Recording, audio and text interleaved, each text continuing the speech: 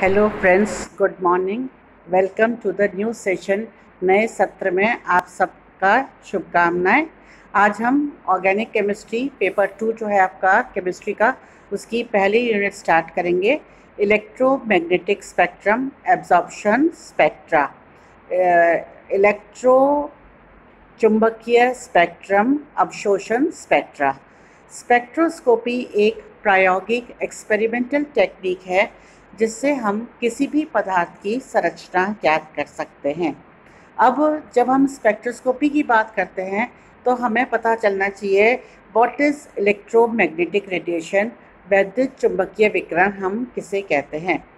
वैद्युत चुंबकीय विकिरण वह होते हैं जिनकी तरंगें उस क्षेत्र में विचरण करती है जिसमें विद्युत और चुंबकीय क्षेत्र दोनों लंबवत होते हैं।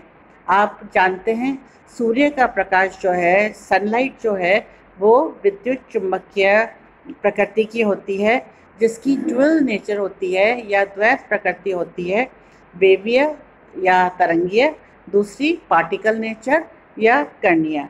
किसी भी तरंग के 3 गुण होते हैं। आप चित्र में देखिए, मैंने एक तरंग बना रखी है। इसके 3 गुण होते हैं। पहला वेवलेंथ, जिसे हम तरंगदैर्घ्य कहते हैं, और इसको हम लैम्डा से डिनोट करते हैं, व्यक्त करते हैं। अब तरंगदैर्घ्य क्या होता है? एक आवृत्ति में तय की गई दूरी को हम तरंगदैर्घ्य कहते हैं, और इसका जो यूनिट है 1 degree angstrom is equal to 10⁻⁻10 metre, और nanometre is equal to 10⁻⁹ metre.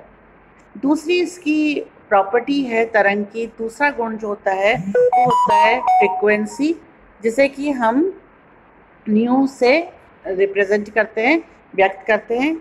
अब आवृत्ति क्या होती है? 1 सेकेंड में बिंदु से निकलने वाली तरंग आवृत्ति कहलाती है, और इसको हम यूनिट में लेते हैं 1000 इज इक्वल टू 1 साइकिल पर सेकेंड। तीसरी प्रॉपर्टी इसकी होती है वेलोसिटी या वेग, जिसे हम c से व्यक्त करते हैं। 1 सेकेंड में तरंग द्वारा तय की गई दूरी को हम वेग कहते हैं, मीटर पर सेकेंड। अब प्रकाश तरंग के इन तीनों के बीच में एक संबंध होता है, इसे हम निकालेंगे। Nu is equal to c upon lambda, अर्थात आवृत्ति इज इक्वल टू वेग अपॉन तरंगदैर्घ्य। किसी भी इलेक्ट्रोमैग्नेटिक रेडिएशन, विद्युत चुंबकीय विकिरण की ऊर्जा को हम प्लैंक समीकरण द्वारा देते हैं। E is equal to h nu, या इसे हम इस प्रकार लिख सकते हैं, न्यू का मान अगर हम समीकरण में रख दें तो E is equal to h into c upon lambda. यहाँ h जो है प्लैंक्स कांस्टेंट है, आपका स्थिरांक है, जिसका मान होता है 6.63 इंटू 10⁻⁻34 जूल सेकेंड। पदार्थ के अणु व विद्युत चुंबकीय विकिरण की अंतर क्रिया से इलेक्ट्रोमैग्नेटिक रेडिएशन का विभाजन होता है। जब पदार्थ के अणु विद्युत चुंबकीय विकिरण के संपर्क में आते हैं तो इनमें इंटरनल रिएक्शन होती है, इंटरैक्शन होता है, अंतरक्रिया होती है, जिससे विद्युत चुंबकीय विकिरण का विभाजन होता है। विभाजन होने के कारण हमें कई प्रकार के बैंड्स प्राप्त होते हैं, जिन्हें कि हम स्पेक्ट्रम कहते हैं। स्पेक्ट्रम के द्वारा पदार्थ की जानकारी का अध्ययन स्पेक्ट्रोस्कोपी कहलाता है, तथा जो उपकरण स्पेक्ट्रोस्कोपी के अंतर्गत काम आता है उसे हम स्पेक्ट्रोमीटर कहते हैं। अब आप इसकी वर्किंग देखिए, वर्किंग ऑफ स्पेक्ट्रोमीटर। अब आप चित्र में देखिए, मैंने इसको डायग्रामेटिकली शो किया है। सबसे पहले सोर्स ऑफ लाइट है, जहाँ की से प्रकाश निकलेगा। सोर्स ऑफ लाइट से प्रकाश जो है, light of particular wavelength is passed, मानो कि I0 इंटेंसिटी की लाइट हम यहाँ से पास कर रहे हैं। यहाँ T जो है वो सैंपल है, लिक्विड है, जिसमें हमें पदार्थ के अणु निकालने हैं, और some part of light is absorbed by the substance. अब जो हमने प्रकाश भेजा है, विद्युत चुंबकीय विकिरण भेजी है, यहाँ पदार्थ के अणु अपनी संरचना के अनुसार कुछ लाइट का, कुछ प्रकाश का अवशोषण करेंगे। बाकी की लाइट जो है वो आई इंटेंसिटी की ट्रांसमिट कर देंगे या उसे बाहर निकाल देंगे।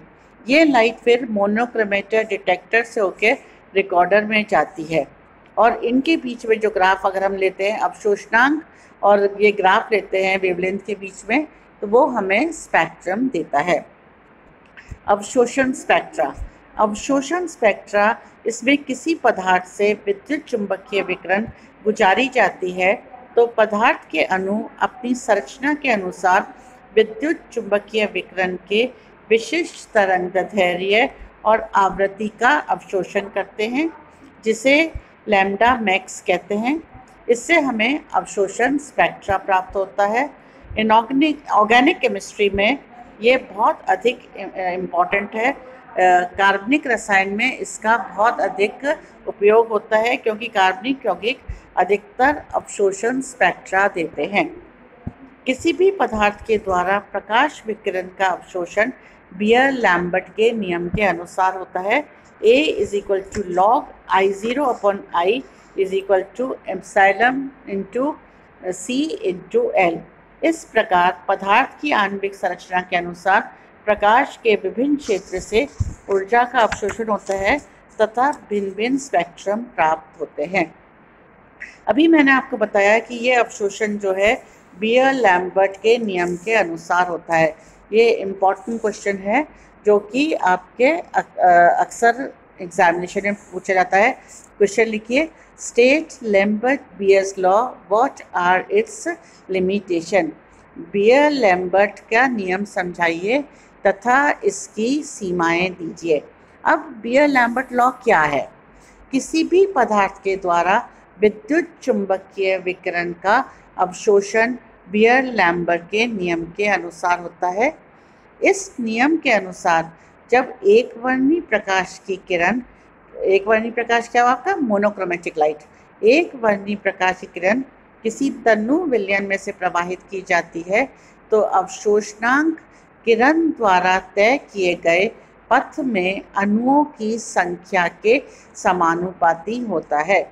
यदि अवशोषक पदार्थ विलयन के रूप में है तो प्रकाश के पथ में अणुओं की संख्या विलयन की मोलर सांद्रता C तथा पथ की लंबाई L के समानुपाती होती है, इन्वर्सली प्रोपोर्शनल होती है। अब आप देखेंगे A is proportional to C into L, अर्थात A = epsilon × C into L।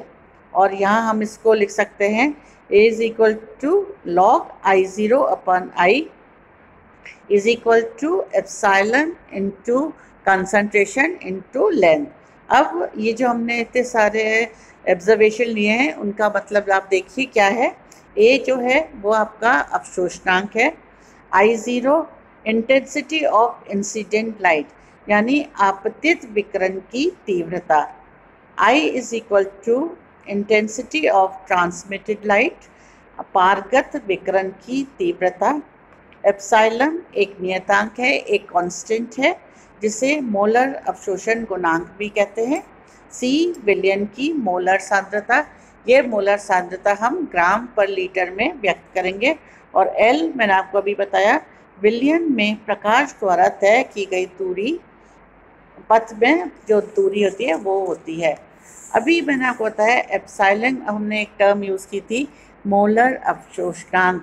इसके बारे में कई बार शॉर्ट नोट आता है कि आप right short note on molar एब्जॉर्बिटिविटी।